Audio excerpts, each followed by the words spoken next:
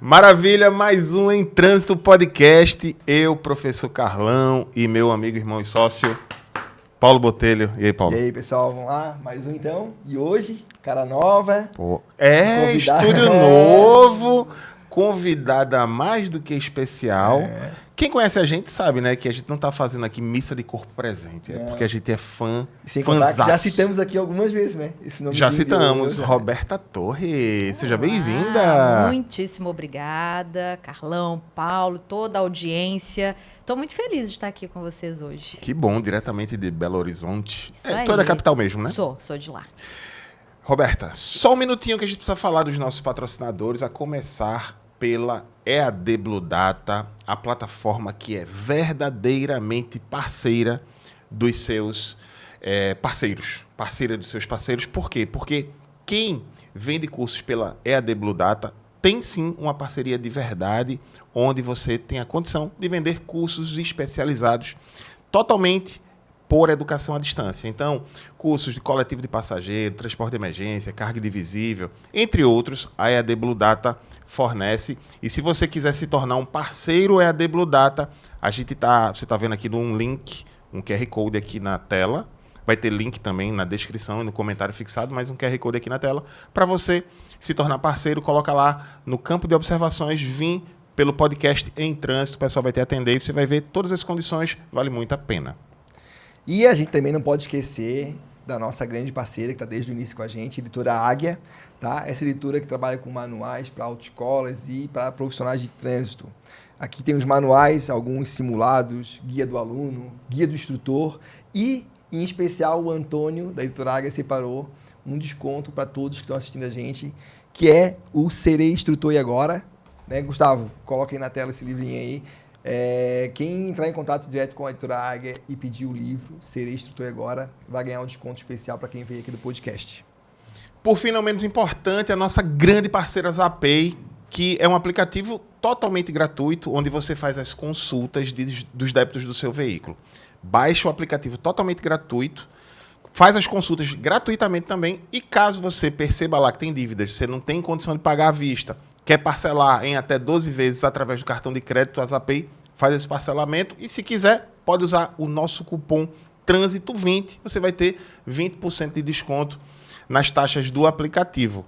Também estamos deixando aqui na tela o QR Code e na descrição e no comentário fixado também você vai ter o link para baixar gratuitamente, fazer as consultas gratuitamente e só vai pagar se utilizar o serviço do parcelamento. Um abraço a todos da Zapay. Vamos lá? Vamos lá então. Roberta, obrigado. Que bom que a agenda deu certo e a gente conseguiu encaixar esses horários aí para gravar esse podcast. Faz tempo que a gente queria ela aqui, né, Paulo? E vai ser muito, muito proveitoso aí para nossa audiência. Acho que boa parte aqui são profissionais. Acredito que muita gente já te acompanha, já conhece o trabalho, mas a gente gostaria que tu se apresentasse para quem não te conhece e falasse um pouquinho de quem é Roberta Torres. Ok. Bom, comecei minha carreira lá em 2002 no Centro de Formação de Condutores em Belo Horizonte. E eu brinco que é quase como algo que você toma ali, ou com um chocolate que você acaba viciando, né? Então, eu realmente me apaixonei pela área. Como instrutora? Como instrutora do curso teórico, depois do curso prático. E aí, naquela época, tantos anos atrás, né, 2002, ainda as exigências elas eram um pouco diferentes, né? Então, logo que eu tirei a carteira de motorista, eu já fui trabalhar no CFC. Estava com tudo muito fresco ainda na memória. E gostei, e eu tive que esperar os 2 anos de carteira para poder fazer toda a formação. E aí, quando eu fui para a formação, de fato, aí que o mundo se abriu, né? Eu vi que eram, assim, muitas possibilidades e que o mercado e ainda né, muito carente de profissionais que estejam ali engajados e querendo melhorar sempre. E aí fui fazer curso de instrutor, diretor de ensino geral, examinador. Depois eu fiz uma pós-graduação, mestrado e estou aí, continuando estudando. Num universo bem masculino, né? Especialmente lá em 2002, né? Sim, completamente. Tu sentiu alguma coisa assim, Roberta? Assim, por conta desse ambiente muito masculinizado. Hoje ainda é mais menos, né? A mulher está presente hoje, né? Mas como é que foi esse começo? Tu sentiu isso, não? Muito, e porque ainda muito jovem também. Então, eram duas situações, assim, especialmente na época que teve aquele curso de renovação de carteira. Então, a gente tinha ali motoristas que dirigiam há anos e anos e que chegavam para ter a aula. O que é que essa moça vai me ensinar? Primeiro que já é 1,5 m, né? Então, já começa por aí. O que ela tem para me ensinar? E é uma coisa que eu gosto de contar, que eu sempre começava essa aula com a interseção em T, sem sinalização, sem nenhuma placa, e perguntando de quem era a preferência. E aí era óbvio que todos erravam e que não consideravam a regra de quem está à direita. E aí eu já começava dali, olha, tá vendo? Você não sabe tudo, tem muito tempo de carteira, mas não sabe tudo. E então, assim, tiveram algumas situações mesmo, especialmente na época, em 2005, quando eu comprei um CFC lá em Belo Horizonte. E como quase que todo empresário de CFC começa naquela luta de aula também, né? Mas a gente vai vivendo e vai passando por isso. Né? Eu não sei se eu te contei, Carlão, mas sabia que a minha história, se eu for contar a minha história, parece a mesma história.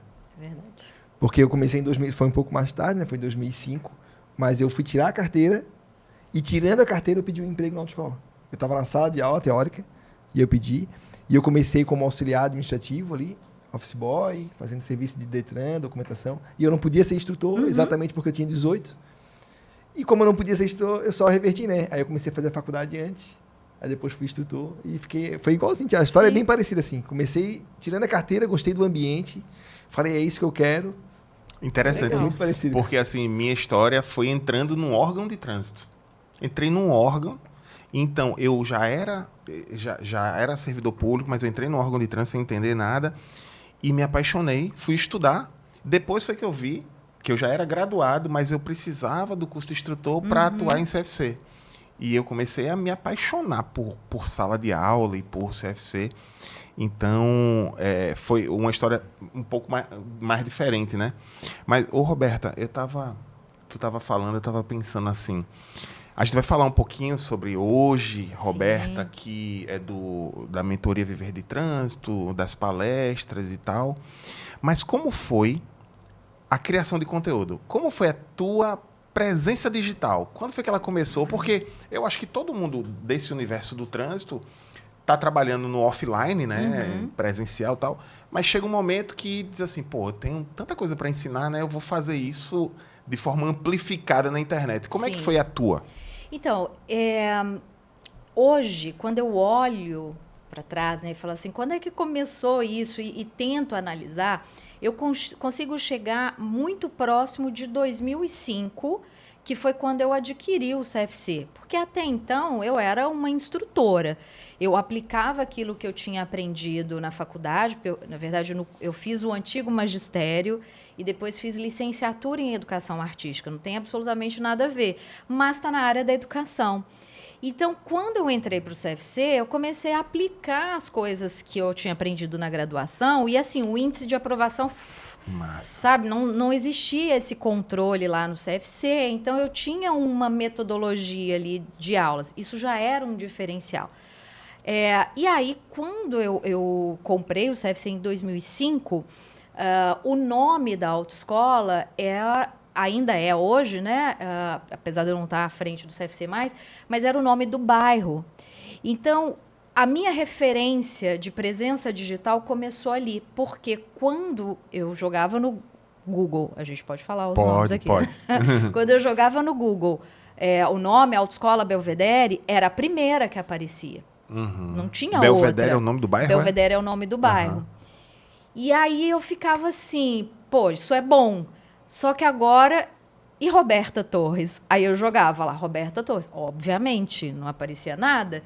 E lá atrás eu já tinha uma coisa, assim, eu não sabia de nada. Aliás, eu acho que nessa época nem existia anúncios, essas coisas assim.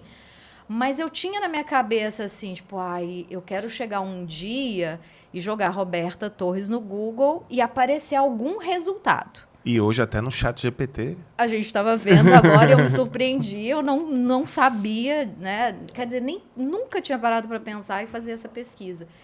E assim eu comecei a fazer algumas coisas e perceber que, claro, quanto mais presença digital eu tivesse, mais o meu nome seria associado. Inicialmente, eu falo isso até na imersão, né?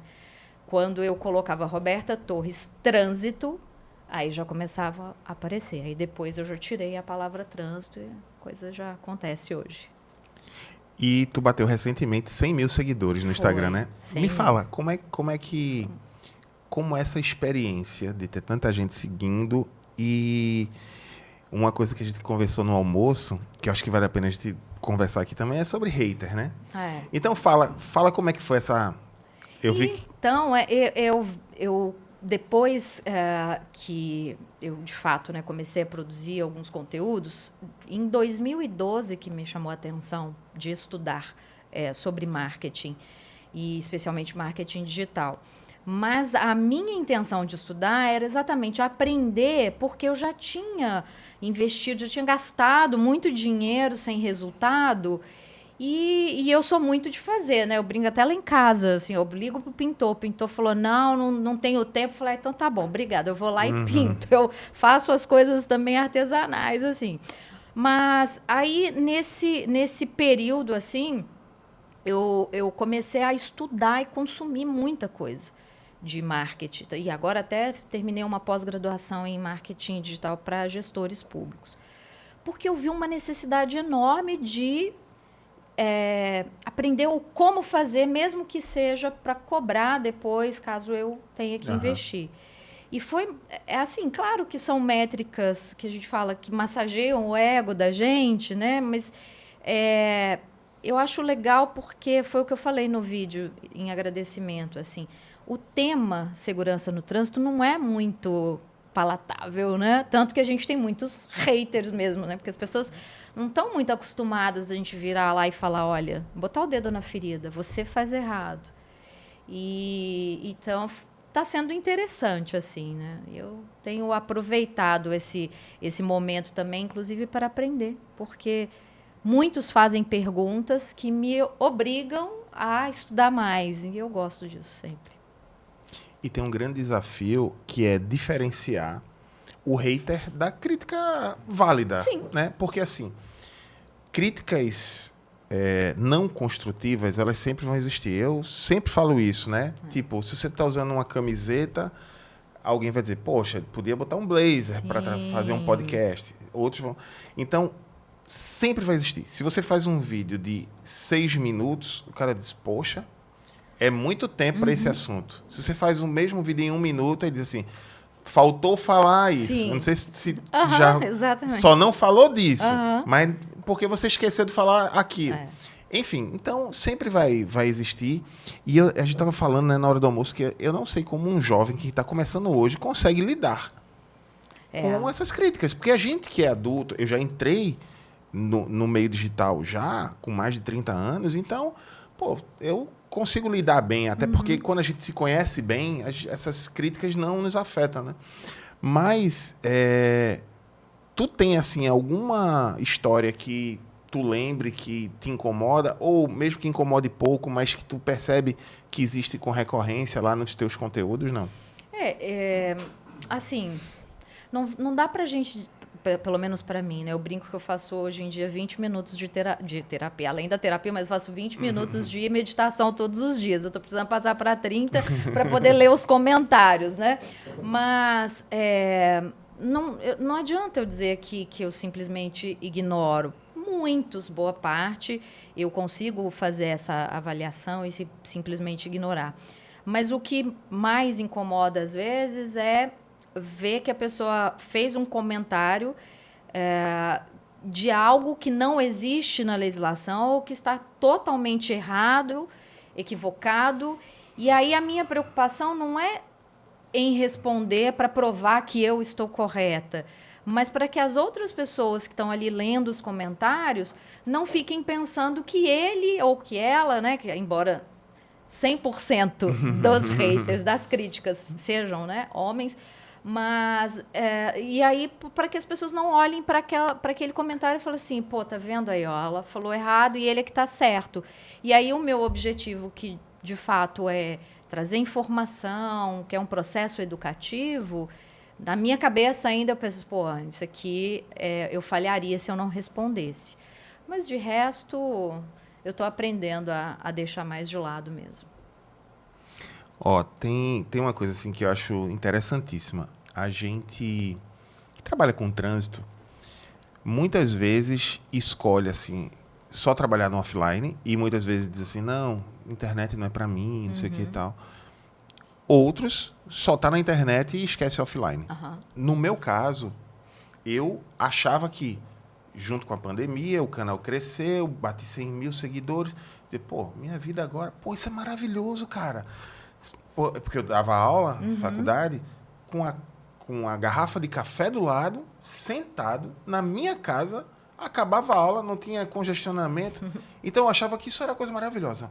Com o passar dos tempos, eu fui percebendo que, poxa, mas não tem ninguém olhando para mim de verdade. Não tem ninguém para me cumprimentar, dizendo, pô, adorei tua aula e me dar um abraço. Sim, né? Para balançar uma cabeça concordando ou às vezes até discordando. Né? Pois é. E aí, Roberta, eu comecei a ver outras coisas. E aí eu te reencontrei, que eu já te conheço e tal, na questão das palestras, sabe? Sim. Eu digo, pô, eu preciso disso. Porque eu já fazia, mas de forma amadora, sem saber precificar direito e tal. E como é que foi essa tua virada? Porque tu fala muito bem, tu é muito bem articulada, mas não é só isso, né? E tem técnica, não só para falar bem. É na hora de precificar. Uma coisa que eu aprendi contigo, que eu achava que eu precisava ter muitos temas. Aí eu tenho que falar sobre... Não, se o cara me contratar, eu tenho que falar disso. E aí eu vi que, não, você tem que escolher ali, tu falar 3 temas, né? Sim. 3 temas. Enfim, isso, pô, dá uma tranquilidade, sabe? Pô, tira um peso. Então, fala um pouquinho desse universo de palestras, como é que isso chegou para tu e as dicas que tu pode dar para quem está nesse mundo. A gente tem muito profissional do trânsito que tem muito conhecimento e que talvez não se identifique ou ache que não se identifica com o online, com criação de conteúdo digital, mas, de repente, palestra, todo mundo se vê. Você está dentro de uma autoescola, você está palestrando ali para os teus alunos, né? Claro que existem diferenças. Enfim. Sim, esse mercado de palestras, especialmente na área da segurança no trânsito, ele é um mercado gigantesco.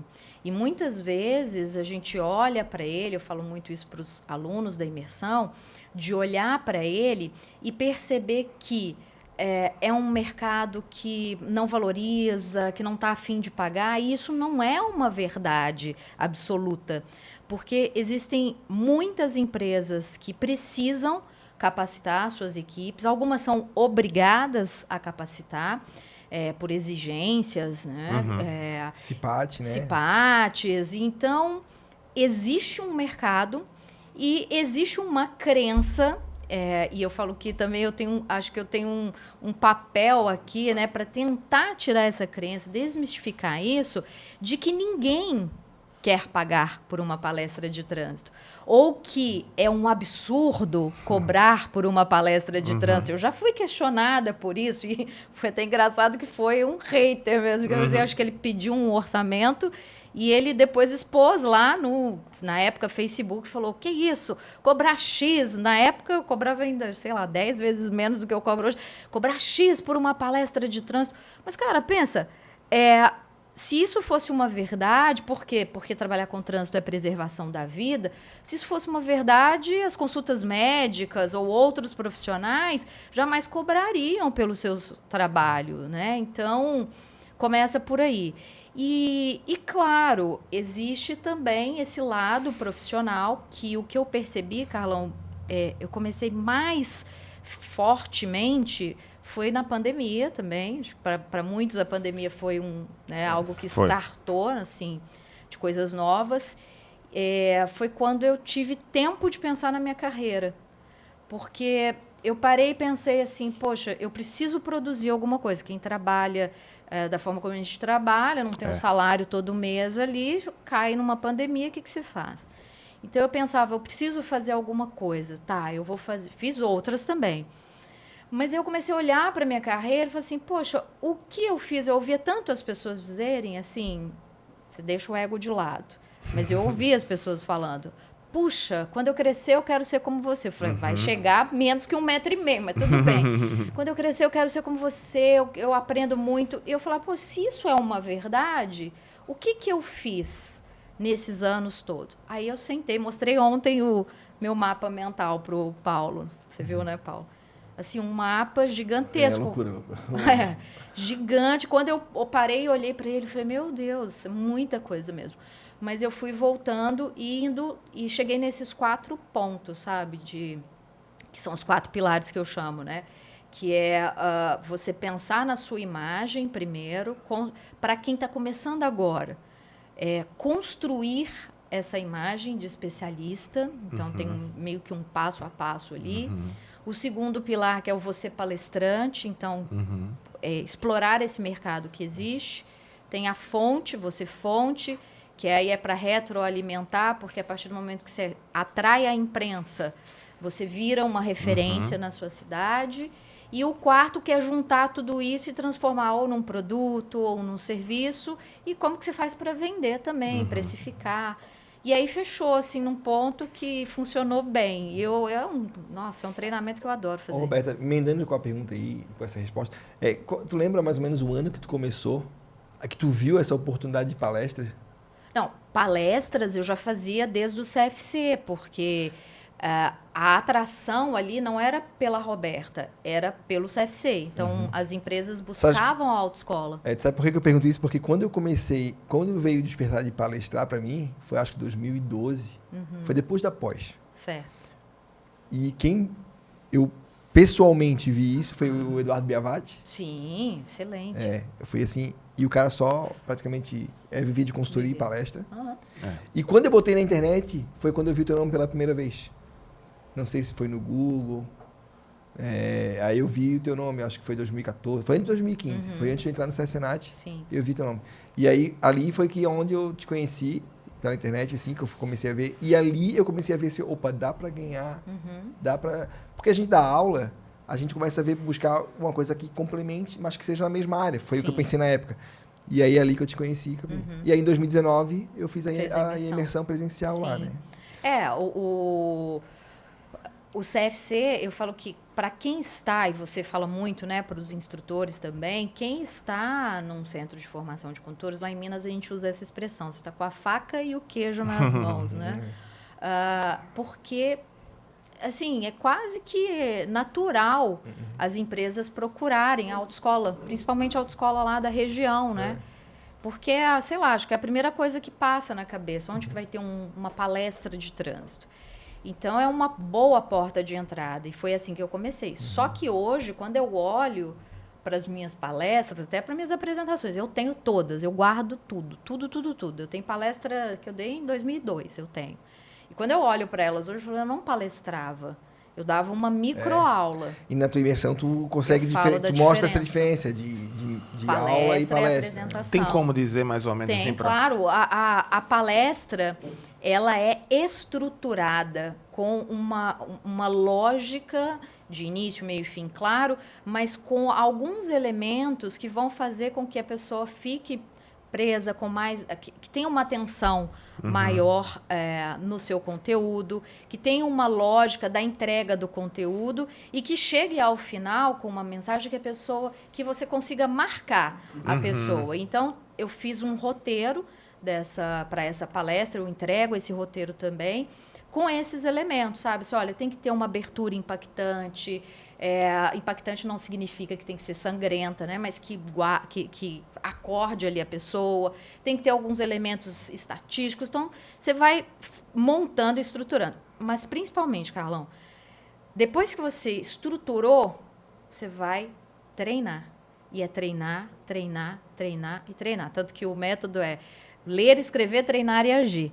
E aí, sim, você faz uma entrega diferente. A apresentação, você já deve ter visto várias por aí, aquela coisa do cara que bota o slide lá, tá lá todo mundo assistindo, ele começa, às vezes até de costas para o público, a ler o que está no slide. Aquela letra pequenininha ali, quem tá lá no final não enxerga, ele nem tá te olhando, porque ele tá aqui no celular, ele não tá vendo, ele não tá tendo a mesma experiência.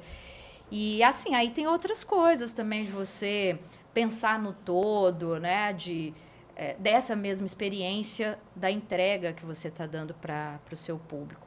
E eu tenho tido um retorno muito positivo. Tu falou no primeiro pilar, que é a imagem. Depois eu entendi que a imagem construindo com você. base na percepção que as pessoas têm a teu respeito. E tal. Mas me veio uma questão da imagem pessoal, vestimenta e tudo mais. Tipo, eu vivo um desafio interno, porque eu gosto de me vestir de uma forma muito simples. Tu consegue enxergar um baita palestrante de tênis, calça jeans e camiseta, ou isso, dependendo do ambiente... Enfim, o que é que tu falaria em relação a isso? Ou tem ambiente? Não, você tem que estar com a cara do ambiente, até porque o público pode nem aceitar bem aquilo. O que é que a gente pode falar dessa coisa visual da vestimenta? Você, como palestrante, primeiro ponto, precisa entender quem é o seu público. Eu falo isso não se distanciar do seu público. Então, também não adianta, se você fosse um cara que adora, eu gosto de andar de terno e gravata, e aí você vai para uma palestra lá no chão de fábrica, conversar com os caras, você se distancia tanto do seu público que talvez a sua mensagem até seja legal, mas isso já cria uma barreira. Então, lógico, você não vai de chinelo na palestra, você tem que ter essa, né? Não é 8 ou 80. Mas eu não acho que é esse o ponto exclusivo que vai contribuir. Você, mesmo estando de tênis, de calça jeans ou camiseta, né? Uma camisa ali. Agora, se o seu público, então, digamos, você vai fazer uma palestra num evento da Senatran, da Associação Nacional de Detrans, para a OAB, cara, você vai ter ali o seu público todo. De novo, você está se distanciando do seu público. Então, o palestrante, ele tem que também entender, assim, talvez você não precisa do terno e gravata, mas encontrar um meio termo ali, importante. Para também não básico. chegar... Aquele paletozinho básico. Eu tenho um blazer que vale para tudo. Ele, né? O bom é isso, né? Para vocês principalmente, porque aí troca a blusa de baixo ali e tá tudo ok, né? Mas, sabe, assim, eu não sou desse tipo de pessoa que vai pregar que, assim, cara, você tem que se vestir, sabe? E aí você vai ter que gastar milhares de reais com roupas, porque as pessoas têm que olhar a sua roupa de marca. Putz, sabe? Isso para mim é papo lá de... Tem gente, por exemplo, Mark Zuckerberg, que as pessoas sabem que ele é daquele jeito, então aceitam. Ele não teria esse problema de se distanciar. Ele Steve Jobs, né? Steve Jobs, enfim, mas eu imagino realmente que a tua mensagem pode ser prejudicada pela roupa. Sim. E assim, quando é algo que eu sou contratado, eu tenho uma preocupação de fazer isso. Não só palestra, mas um curso e tal. Só que quando eu não sou contratado, aí eu vou do jeito que eu me sinto bem. Porque eu realmente gosto de... Mas quando você não você está indo dar uma palestra, mas você não está recebendo, é isso? Não, quando eu sou remunerado, eu me preocupo. Quando é um trabalho, eu estou sendo pago, eu me preocupo com a minha imagem pessoal. Mas no meu convívio, na minha rotina... mas eu vou para um aniversário de um juiz, vamos supor. Eu vou do jeito que eu me sinto bem. Sim. Mesmo sabendo que lá vai ter um público eminentemente de terno, entendeu? Sim. Enfim. Mas é que ali, você como palestrante, querendo ou não, você é a referência, você é a autoridade naquele espaço ali. Então, as pessoas já te olham com essa autoridade. E, como eu disse, eu não estou dizendo que tem que ser o terno e gravata. É saber em qual é o ambiente e qual é, principalmente, o público que você quer atingir. Eu vejo assim, tipo, o leigo falando, né? Mas eu fiz a imersão, posso falar um pouquinho. Mas é uma coisa que eu vejo, tipo, o Carlão, eu não vejo tanto problema nisso. Eu vejo mais para quem está começando, esse distanciamento. Porque ele já cria a identidade dele, quem conhece ele acompanha ele, porque... ele já tem um canal, ele já faz... Então, já conhece essa é a essência dele. Sim. E aí, quando tu vai levar isso, acaba não dando essa distanciamento, porque a pessoa, porra, eu acompanho esse cara, é assim que ele é, ele é assim, da forma que ele é, até ajuda, na real. Porque da forma que ele é no canal, lá no vídeo, ele é aqui também. Agora, eu acho que quando tu estás iniciando, quando tu estás começando, aí realmente tem que tomar muito cuidado. Aí eu tô falando até para quem está nos ouvindo, assim, pela imersão que eu fiz, né? Porque daí tu tá começando, as pessoas muitas não te conhecem ainda, nem por vídeo, nem por... Então, tu não pode realmente tomar esse cuidado para não se distanciar. Sim. Né? Agora, e também só tomar um cuidado para você não criar um personagem. Né? Algo que você, de fato, não é, porque você não vai conseguir manter isso por muito tempo. Então, assim, acho que é sempre o bom senso mesmo, né? Não exagere nem para um lado e nem para o outro. Tu tens um treinamento que é imersão e agora ele tem online também, né? Agora, basicamente, ele está 100% online. Me fala um pouquinho, o que é que a pessoa encontra nesse treinamento, Roberta? E um pouco do que a gente está falando, mas o que mais? Sim, então, eu trago algumas ferramentas, que foram ferramentas que eu fui fazendo ao longo desses anos todos. Então, assim, ferramentas de controle, por exemplo, da quantidade de palestras, de entrevistas. Também um passo a passo assim, ele serve tanto para quem está começando, como para quem já atua na área do trânsito, mas quer ampliar a sua voz. Então, essa parte da imprensa, por exemplo, para quem nunca atendeu a imprensa, tem um passo a passo bem claro, ensinando como fazer um release, como chegar e entrar em contato com a imprensa, como é que você chama a atenção da imprensa. Posso dar um exemplo básico aqui? Eu estou com um objetivo de mudar a minha fonte, mudar o meio de comunicação lá em Belo Horizonte com quem eu converso. Então, eu tenho algumas rádios, mas tem uma rádio nova lá que eu me interessei, gostei da rádio. Falei, putz, quero dar entrevista para essa rádio, nunca dei, e quero começar a conversar com eles.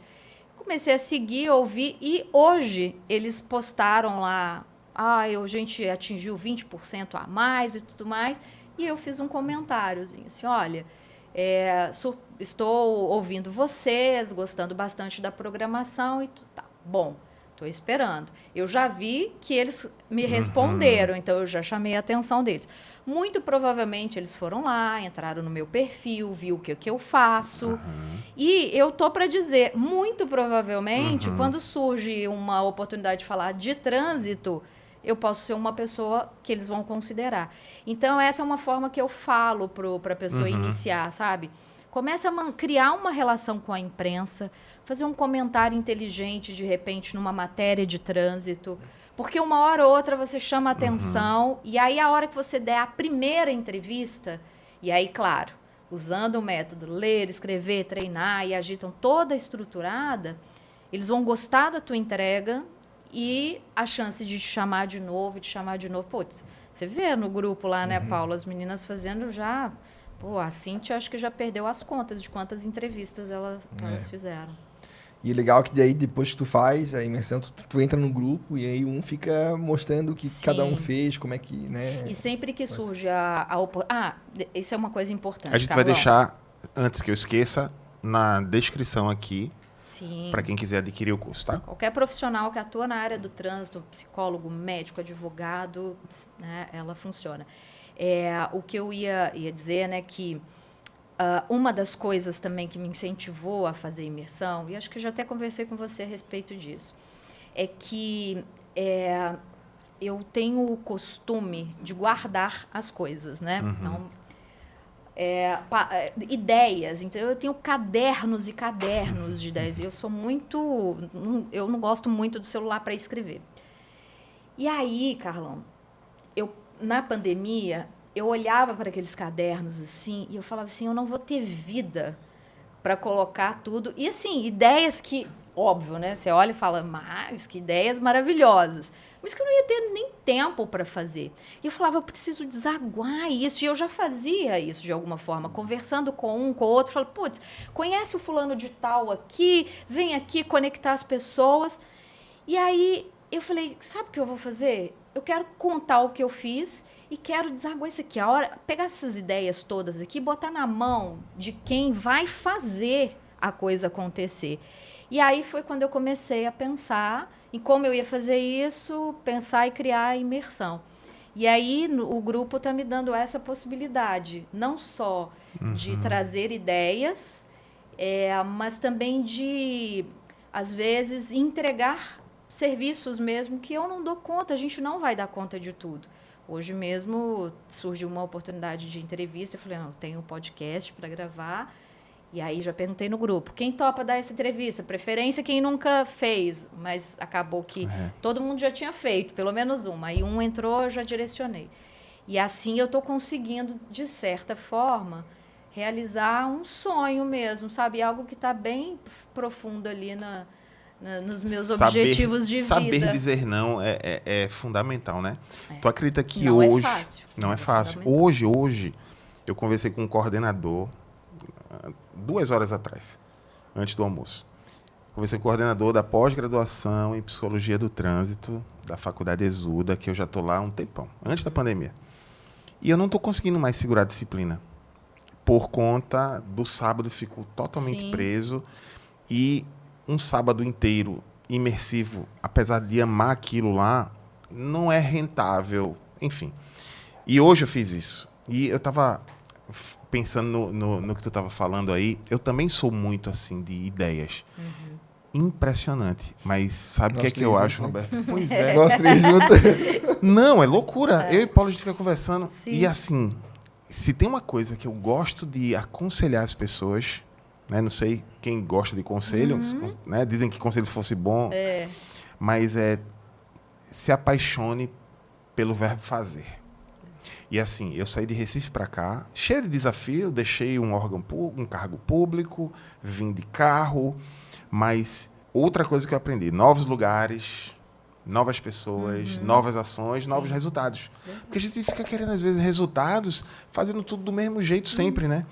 E assim, quando eu parei de sonhar e começar a executar, e realmente não dá para executar tudo, então você... ou passa para alguém que tu está fazendo, ou simplesmente entende que não dá. Não dá. Feito essa aula, essa pós-graduação, eu amo dar aula. Sim. Trânsito e direitos humanos, adoro. Não dá. Enfim, então, é muito legal ouvir isso. Tu sabe, Roberta, porque realmente, de boas ideias, se elas não forem colocadas em prática, a gente vai vivendo e sobrevivendo, enfim. E eu acredito de verdade que a gente precisa todos os dias abrir os olhos e ter prazer de fazer o que a gente faz, né? Sim. Pô, já imaginou como é difícil para tanta gente não gostar do trabalho, ser casado com alguém que você já nem sente carinho ou respeito? E eu acho que a gente tem uma tendência, o ser humano, a se acostumar com coisas que incomodam. Quando a gente deveria... Não estou falando que quem não está satisfeito com o casamento tem que separar, Sim. mas tem que dizer o seguinte, não, Alguma coisa tá ruim, fazer. tá ruim, como é que eu faço para melhorar esse negócio aqui? Então, eu acho que no final das contas, sabe, Roberta, que a gente tem falado aqui, tanto que a gente está trazendo, inclusive, pessoas que não são da área do trânsito. Porque a gente acredita que quando a gente começar a falar sobre esses temas, pô, como é que tu pode ser alguém melhor?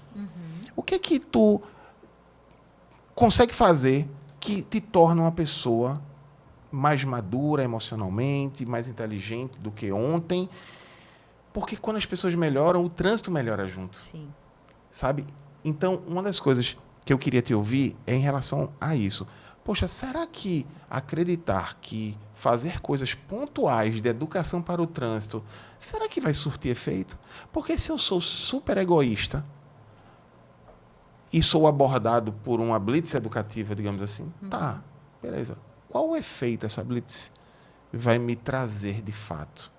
O que é que tu pensa em relação a isso? Qual é o futuro da educação para o trânsito para a gente ter segurança, Roberta? Então, eu brinco, não, assim, né? Eu falo brincando, mas de uma maneira muito séria nas palestras, quando elas são direcionadas para profissionais de órgãos públicos, principalmente, que a educação para o trânsito ela é o patinho feio, né? De quase que todos os órgãos, assim, municipal, estadual, e fica meio à margem.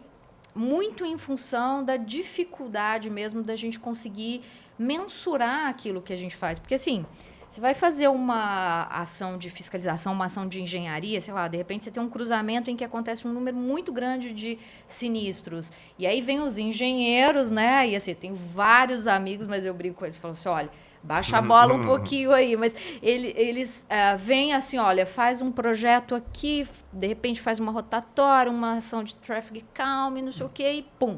Semana que vem acabou. Então, o número, né, de sinistros.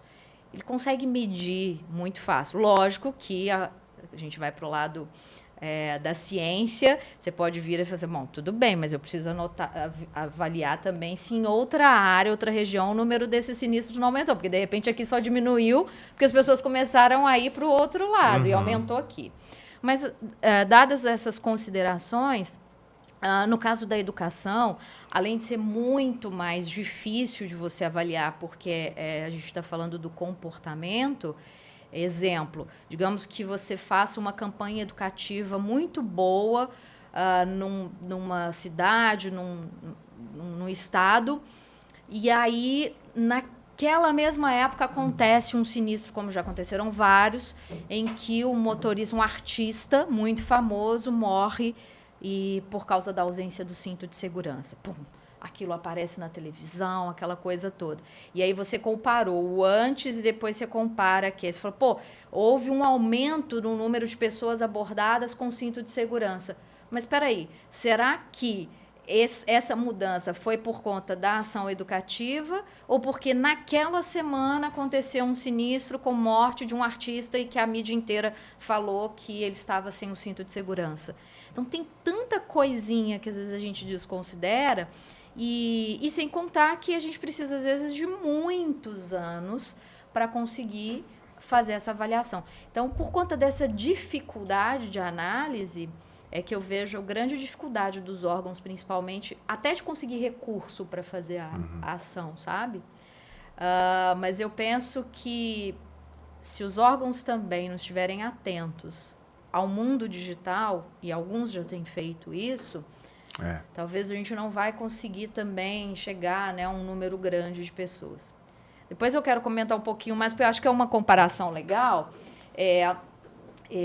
Eu, na época da minha pós-graduação, eu fiz o tema sobre campanhas educativas. Eu queria avaliar que tipo de campanha funcionava mais ou menos. Acabou não chegando a esse ponto, porque não existia uma classificação dessas campanhas. Então, eu fiz essa classificação.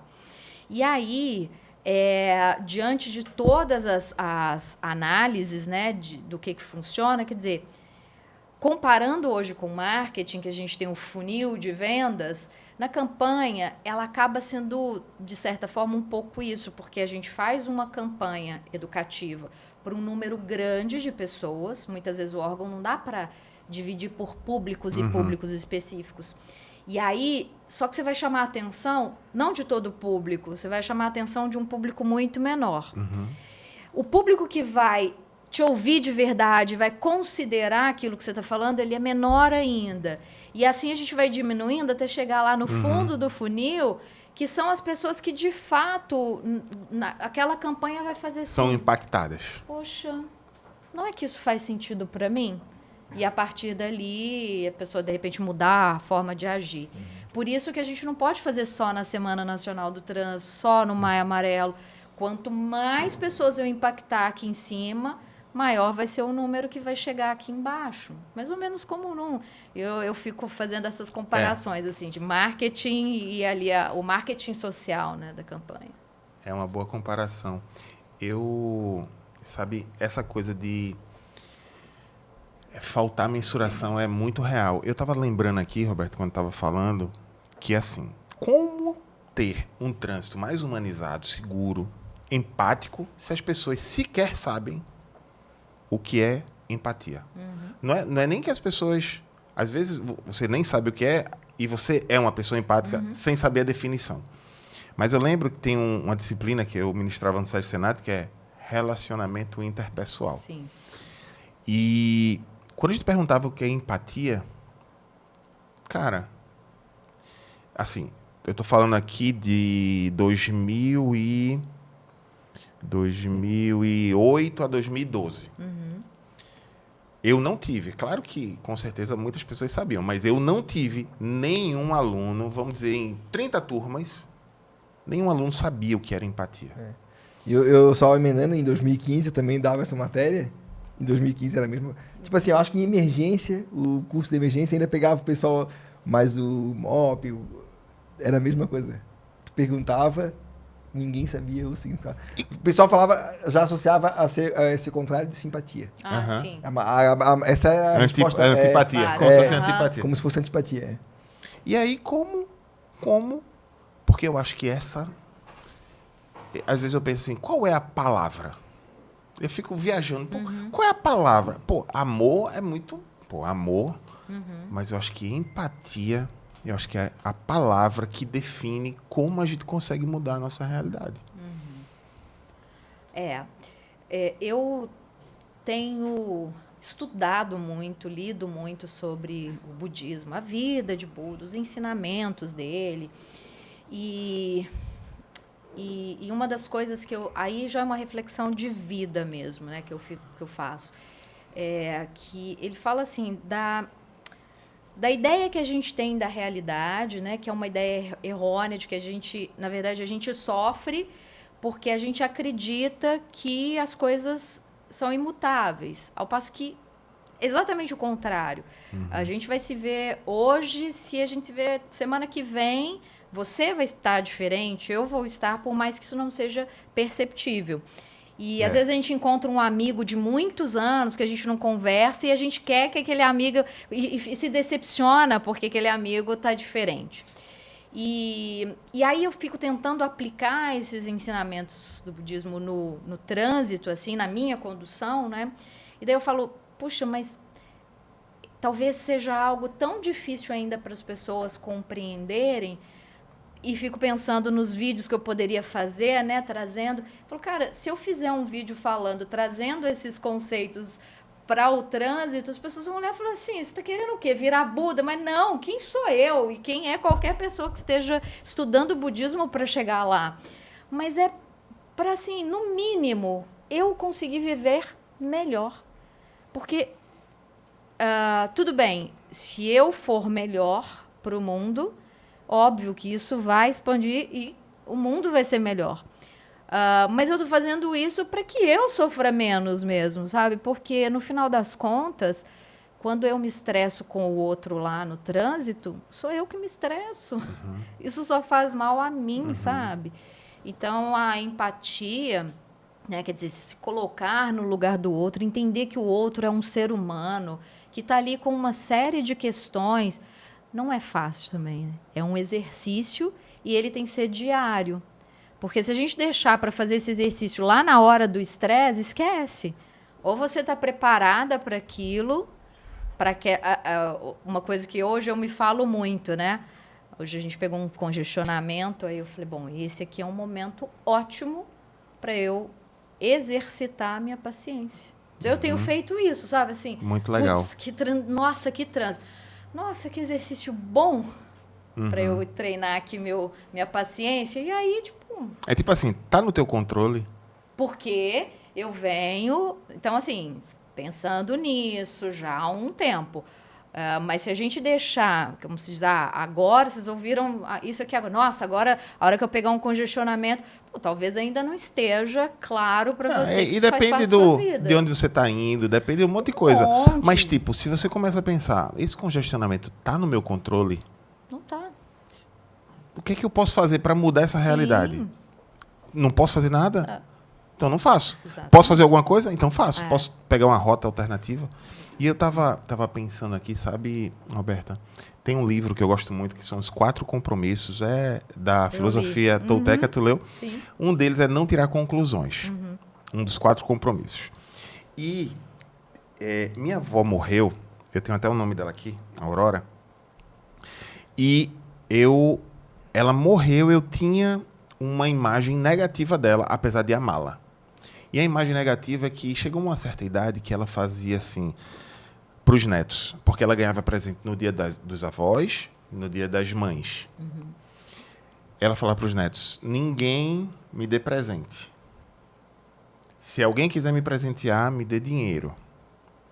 E eu achava aquilo tão nada a ver, para melhor adjetivo que eu encontrei. Eu disse, poxa, vovó, que coisa, né? Mas a gente atendia. E no enterro dela, no velório dela, no dia 1 de janeiro, acho que 2019, se eu não me engano, ela... A igreja estava lotada. Eu nunca imaginei que tantas pessoas gostassem, considerassem minha avó. E os relatos eram emocionantes. O pessoal chamava no interior Dona Olora. Dona Olora. A Dona Olora todo mês me dava uma cesta básica. Uma vez minha geladeira não sei o quê. E aí eu lembrei, quando eu li o livro, anos depois, que eu li agora, em 2023, eu tirei uma conclusão, levei essa conclusão até para o túmulo da minha... No dia que ela faleceu, foi que eu entendi que eu precisei ressignificar. Então, eu fico pensando, Roberto, quando tu falou sobre budismo, que, poxa, como é necessário a gente se tornar uma pessoa melhor? Sim. Para que tudo seja impactado. Porque eu sei que esse é um papo muito chato para lidar, mas cada vez eu acredito mais que, ao invés da gente estar culpabilizando o CFC, mas o Centro de Informação não forma ninguém. Não, o CFC ele cumpre o que a legislação fala. A legislação não fala da importância de comportamentos seguros a partir do meu ato. É muito tecnicista ainda. Então, será que não chegou a hora dos conteúdos de trânsito eles estarem necessariamente relacionados com as questões comportamentais? Até porque, se a gente pega os fatores de risco, tá lá, excesso de velocidade, beber e dirigir, não usar o cinto, não usar capacete, não levar a criança na cadeirinha, mais recentemente celular. Então, poxa, será que essa formação do condutor, ela não deve ser pensada realmente além das 45 horas, talvez na educação como está lá no Código de Trânsito, e estendendo-se para o CFC? Enfim, eu acredito que a gente precisa repensar realmente a educação geral para que a gente não precise ter educação para o trânsito. Exatamente. Na verdade, você falou assim, será que não está na hora? Assim, já, na minha opinião, passou, já passou, né, da hora. Até porque nós tivemos um marco legal que mudou isso, né? Eu fiz parte da Câmara Temática à época que a gente refez a Resolução 68, e aí aconteceu aquela história toda, né, que quem acompanhou lembra bem. Então, saiu a resolução, era uma mudança completamente... Tinha um curso de renovação, não era? Foi nessa época que tu falou? Porque o curso de renovação, não, na verdade, ele não existia, né? Então, ele acabou surgindo depois e a coisa, por causa disso, acabou... Perdeu tudo. Perdendo tudo. Todo um trabalho. Todo um trabalho, e foi um muitas trabalho reuniões, muito né? bem construído. Foi a primeira vez que eu vi isso, que eu acompanhei esse... Agora não, agora tem audiência pública, tem um monte de coisa, mas naquela época não. Então, houve uma série de ações, ouviram vários setores e a gente trouxe o que tinha de melhor assim, da GDE, que é uma cultura europeia da formação de condutores. Então, buscamos referências na Espanha, coisas que realmente buscavam trabalhar essas habilidades no aluno. E, além dessas habilidades, tinha muito claramente desenhado, né, escrito na resolução, quais eram os conteúdos, mas, além dos conteúdos, tinha os objetivos, porque hoje a resolução traz ali os conteúdos em tópicos, mas o que eu... Onde que eu quero chegar com esse conteúdo? Então, quando eu ensino, por exemplo, sobre o excesso de velocidade, qual é o meu objetivo? E a gente tinha feito isso em todas as etapas da formação, porque a forma de ensinar ou de falar e de abordar o assunto no teórico é uma. Quando eu vou para o pré-prático, na época, né, que tinha um simulador, era outro e outro objetivo. Já na prática, outro ainda. Então, a gente construiu isso muito bem construído e, infelizmente, acabou se perdendo. Então, assim, é necessário mesmo que isso seja revisto, porque até seguindo a linha da educação também, né, que houve uma transformação com a BNCC, que trouxe esses objetivos educacionais, trazendo alguns temas que são transversais, o trânsito, inclusive, é um deles, porque, cara, a nossa vida, ela acontece aqui, né? Quer dizer, você tem um monte de outras coisas que são importantes para você viver e viver bem e que fogem um pouco, né, desses conteúdos mais tradicionais, mas que é perfeitamente possível trabalhar junto. E sobre o Código de Trânsito Brasileiro, lá a partir do seu artigo 74, dizer que a educação para o trânsito ela deve ser inserida nas escolas, ensino fundamental, a gente vê que, poxa, quantos anos se passaram e a gente ainda não tem isso efetivamente como uma política pública, né, acontecendo de fato. É uma pena. Porque você imagina se lá em 1998 isso tivesse sido implementado, não como disciplina, porque já tem um documento do MEC dizendo que isso não vai ser disciplina, mas como conteúdo extracurricular mesmo. Nós já teríamos adultos hoje, motoristas, pedestres, ciclistas, mas com uma concepção muito maior de percepção de risco. Uhum. E a gente fala sempre que a educação ela vai mudar a partir das crianças, mas adulto também muda, né, Roberta? Sim. Eu acho que a gente não pode desistir do adulto. De jeito nenhum. Porque o adulto que faz boas reflexões sempre com a premissa da empatia, porque se não tem essa premissa, de fato, vai ser muito difícil alguém mudar. Quando você é muito individualista e você acha que suas necessidades, desde que elas sejam supridas, pouco importa os demais, é o caso do avanço do sinal vermelho. Avançar sinal vermelho vai muito além de uma infração de trânsito. É você dizer o seguinte, não respeito o tempo das outras pessoas. O meu tempo é mais importante, né? Então, eu acho que é uma coisa que a gente realmente precisa pensar seriamente. A gente abriu uma caixinha e tiveram perguntas. A gente até demorou a abrir, mas chegaram 2 perguntas aqui e Gustavo vai fazer a leitura. O galã do nosso podcast. Sim, demais. Obrigado. Então, vamos lá. A primeira pergunta é do Ricardo. É mais fácil palestrar ou dirigir uma autoescola?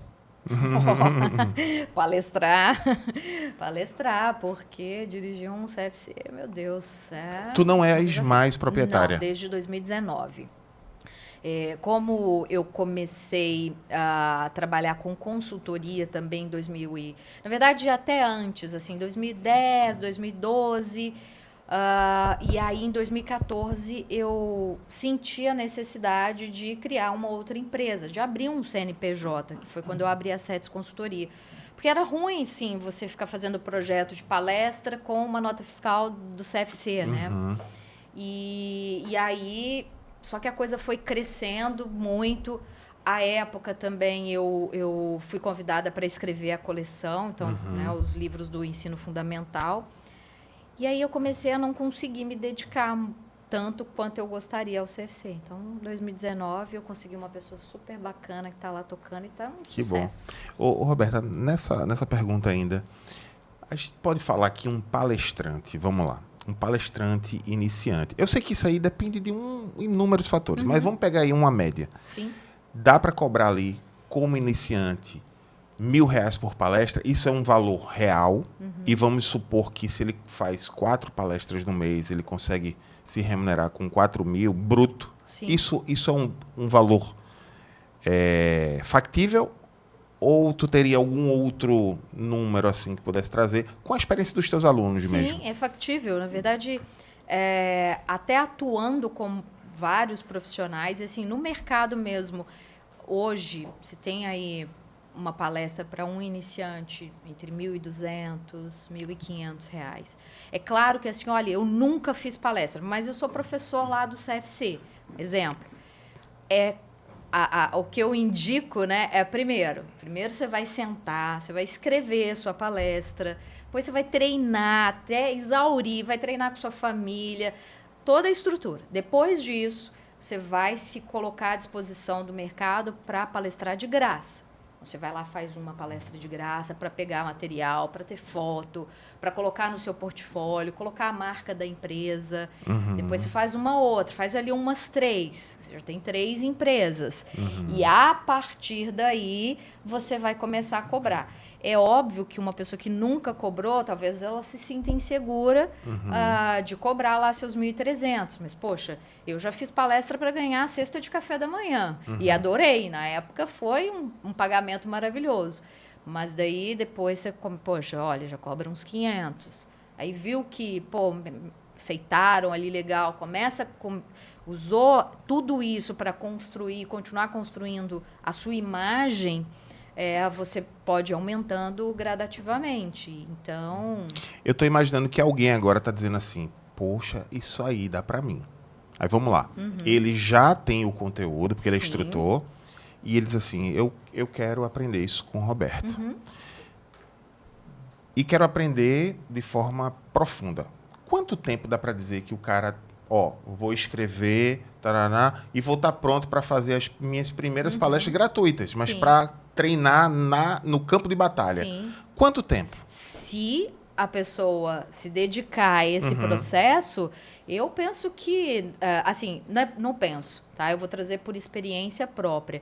Em torno de 6 meses, ele já está com a palestra montada, estruturada e treinada, pronta para colocar no mercado, assim. Tanto que na imersão, além de ter todo esse processo de como ele vai treinar, como ele vai escrever, ou ela, tem ali também como abordar, né, como ele pode abordar os possíveis clientes.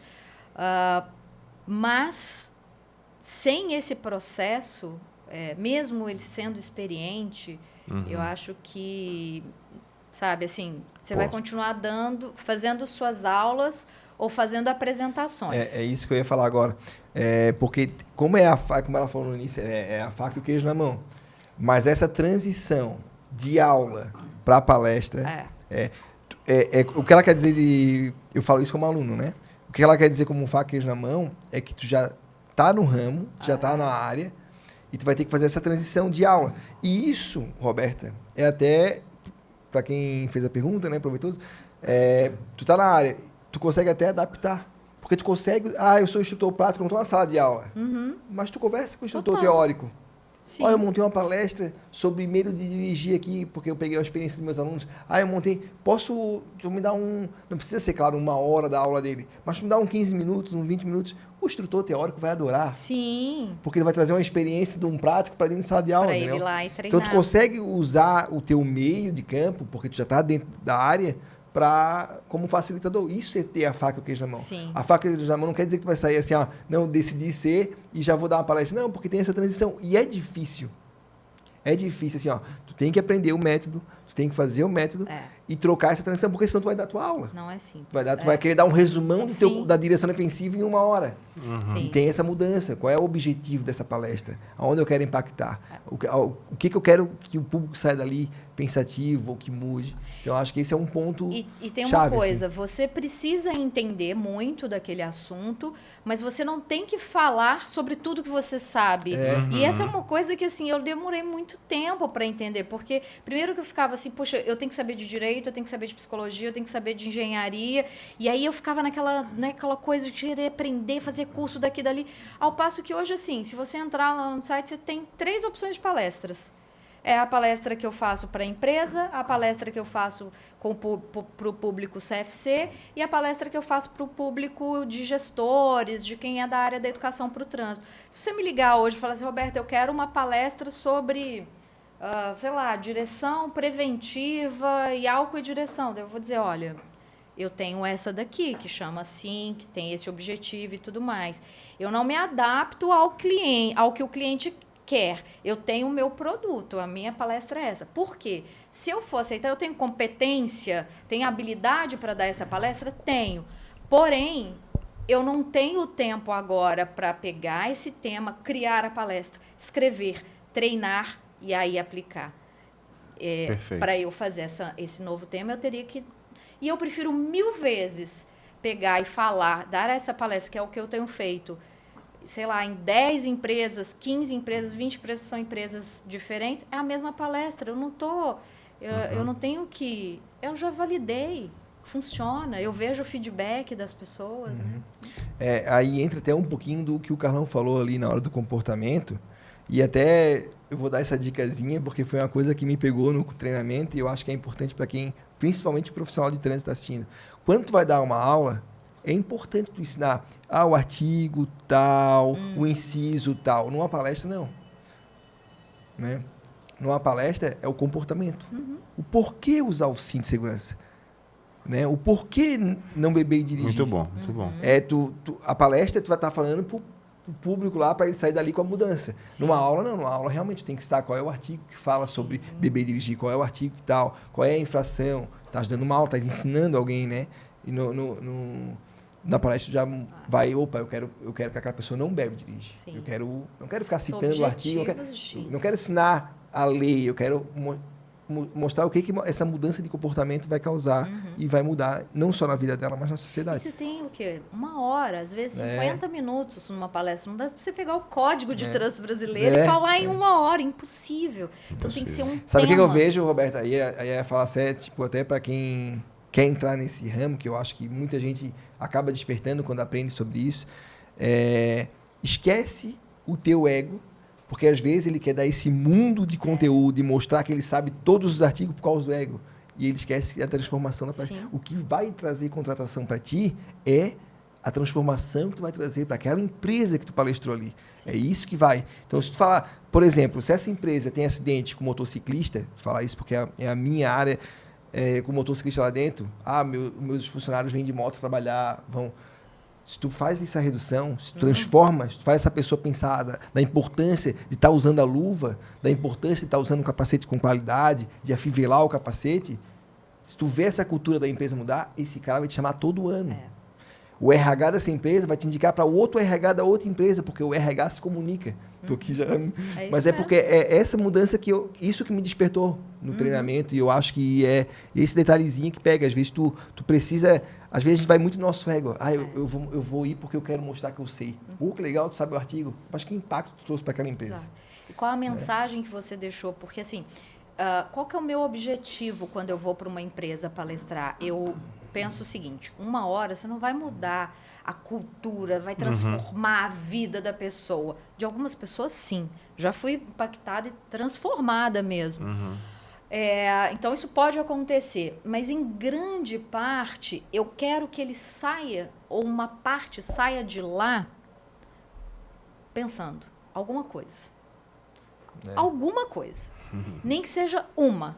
E aí, hoje, inclusive, eu foco em uma mensagem, assim, tudo converge para essa uma mensagem. Então, eu trago alguns conteúdos, eu falo de álcool, falo do sim e tal, mas a mensagem, ela é uma. E eu tenho falado até nos meus vídeos, né? O que é inegociável para você? O que você não abre mão? Porque não adianta a gente querer chegar na empresa e falar, você não pode beber e dirigir, não pode falar o celular. Aí a gente traz aquele monte de regras. Putz, é uma chata da regra, né? Ao passo que se você transforma tudo isso em assim, olha, é isso aqui. Então, quando eu vejo ao final da palestra as pessoas vindo até a mim falando assim, caramba, você falou aquilo ali... Eu não deixo minha filha de jeito nenhum andar sem a cadeirinha. Isso é inegociável. Quando ela usa essa palavra, eu falei, putz, beleza, gol, sabe?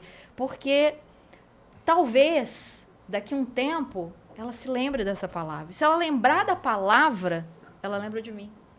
E isso, para mim, é um grande objetivo da palestra, entende? Então, eu acho que essa é a diferença de você simplesmente ir para um lugar, falar um monte de coisa para as pessoas ali e depois vai embora, né? Guga, a segunda. Vamos lá para a segunda pergunta. Rendeu essa primeira, hein? Foi boa. Foi longe. Foi boa. É da Tatiana. Eu preciso ter muita relevância nas redes sociais para começar a palestrar?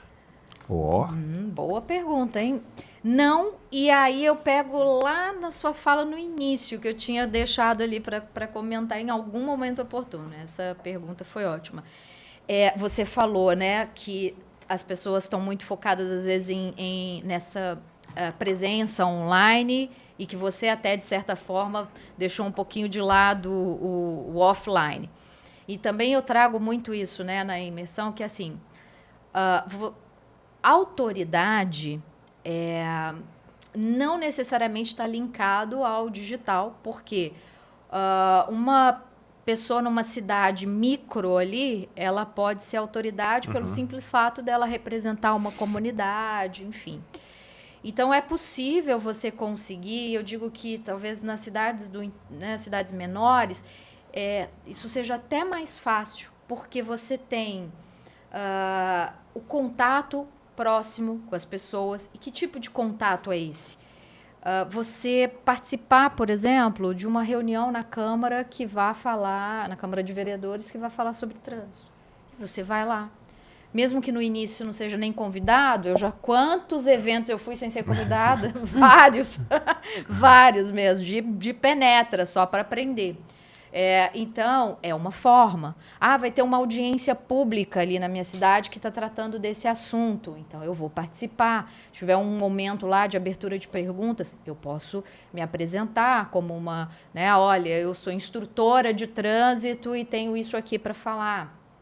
E aí você tem outras formas também, que se você atrai a imprensa, principalmente sendo a imprensa local, quer dizer, dali a pouco você está falando na rádio, e quantos alunos que começaram dando entrevistas e que foram convidados até para participar e criar até uma espécie de um quadro na rádio. Então, não necessariamente a rede social, ela é um canal, e é um excelente canal, mas não é o único. Então, é possível, sim. Acho que é mais uma vitrine, né, Roberta? É uma vitrine, quando tu monta ela e vai documentando boa. Ali o que tu faz, o trabalho que tu faz, ele acaba se tornando uma vitrine de... Claro. Aquilo que tu falou, né? Quando a pessoa, no caso da imprensa, viu o teu comentário, foi lá, então acho que a rede social, como o Paulo falou, é essa vitrine de mostrar, Sim. Ela falou sobre isso aqui, ela falou sobre outro assunto muito legal e outro assunto muito legal e, Sim. é uma pessoa que pode contribuir. Tem que ter, porque assim, olha, por exemplo, hoje um Instagram ou, sei lá, um Facebook, né, a pessoa ainda utiliza com mais frequência. Acredita, desculpa te interromper. Eu tive no Pará, a maioria do pessoal lá usa Facebook e não Instagram, pelo menos lá da cidade onde eu fui. E até dependendo também do seu público, né, da idade do público. Então, aquele ambiente ali, e eu acho que a pergunta da Tatiana está muito relacionada a isso, porque também a gente tem uma certa ideia, vendo, né, às vezes, o sucesso dos outros, de que assim, só vai funcionar se eu tiver muitos seguidores, só vai funcionar se eu tiver essa audiência. E, na verdade, eu entendo que ali é a sua vitrine, é o seu portfólio. Então, se eu entro, eu vejo um comentário seu, vamos pegar esse exemplo da imprensa, vi o seu comentário. Aí eu vou ver, mas quem é essa pessoa que fez esse comentário legal, inteligente? Entro lá no seu perfil. Daí eu não vejo nada que remeta ou que me mostre que você é uma especialista em trânsito. Estou vendo, sei lá, foto de cachorro. E não que isso seja errado para o seu lado pessoal. Mas eu não consigo enxergar isso, eu vou achar que, assim, é só mais uma pessoa que comentou. Ao passo que o contrário... peraí, essa pessoa fala de trânsito. Olha, todo dia tem assunto de trânsito. Quem sabe ela não seja uma boa pessoa para falar. Aconteceu uma coisa parecida comigo, disso que tu acabou de falar. 2 ou 3 pessoas disseram, eu vi teu comentário numa postagem de Érico Rocha. Certo. E eu sou estrategista digital. Parará. Aí eu fui, juro, nas 3 pessoas. Não tinha nada. Tinha coisa de família, assim, e tal. Tipo, o cara tá falando que pode ajudar a vender cursos, fazer lançamentos, mas não mostra isso. Pode ser que tudo que ele falou seja verdade, Sim. mas você não tem a vitrine para dar credibilidade. E você entende que isso que, de certa forma, tá lá previsto na imersão, eu foco em trânsito porque os exemplos são de trânsito, porque é a minha vivência. Mas se você pegar o conteúdo ali, Vale vai tudo. servir para qualquer área, assim, serviria para esse cara aí também, entende? Não, e assim, isso que tu falou do seguidor, eu vou dar o meu exemplo, pessoal. Em 2021 ali, eu acho, né, Roberta? Eu tinha feito a imersão. Sim. Aí, logo em seguida, lembra que tu coordenava o Academy? Quantas palestras eu dei ali? Foi. Teve mês que eu acho que eu dei 4 palestras num mês. E eu não tenho 1.000 seguidores. Hoje eu tenho um pouquinho mais. Não tinha 1.000 seguidores naquela época. né? Até porque, assim, olha, antigamente se vendia palestra e nem tinha rede social, mas você pega hoje, faz uma consulta aí, por exemplo, na sua cidade.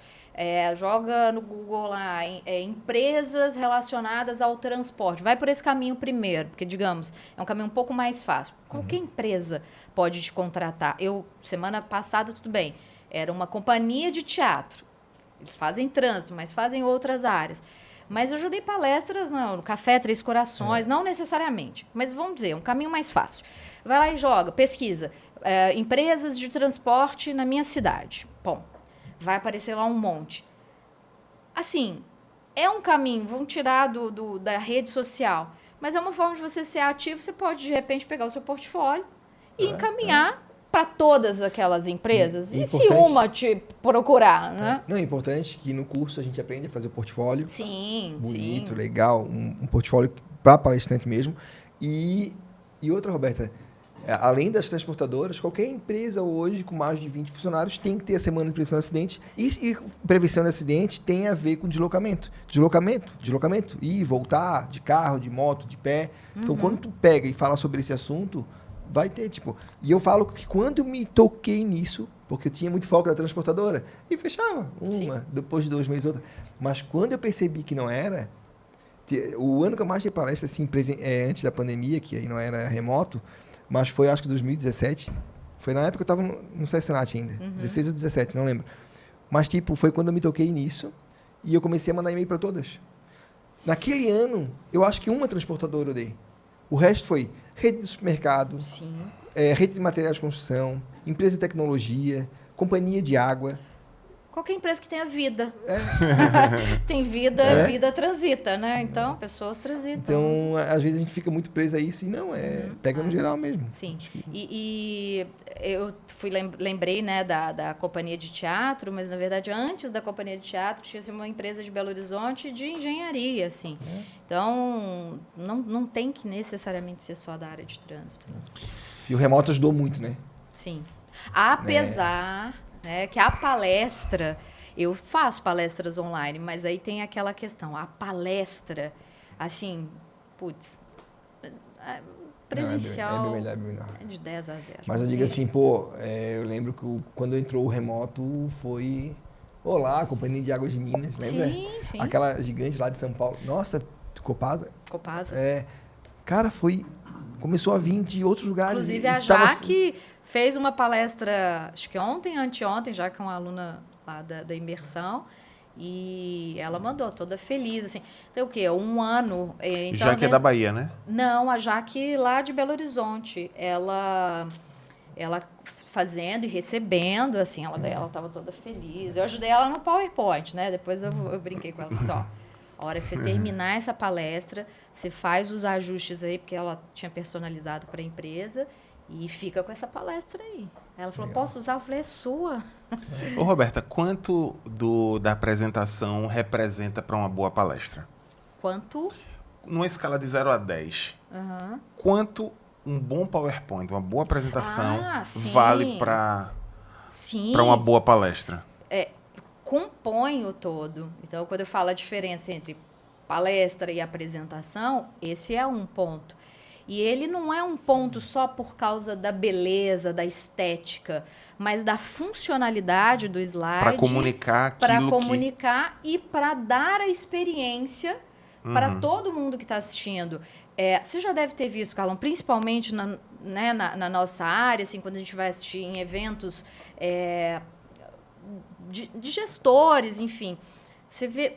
Aquela letra, às vezes, gente, lógico, eu não vou expor o profissional de forma alguma, mas para o meu arquivo pessoal, eu já tirei foto lá de trás, que assim, é quase que o Código de Trânsito Brasileiro escrito no slide.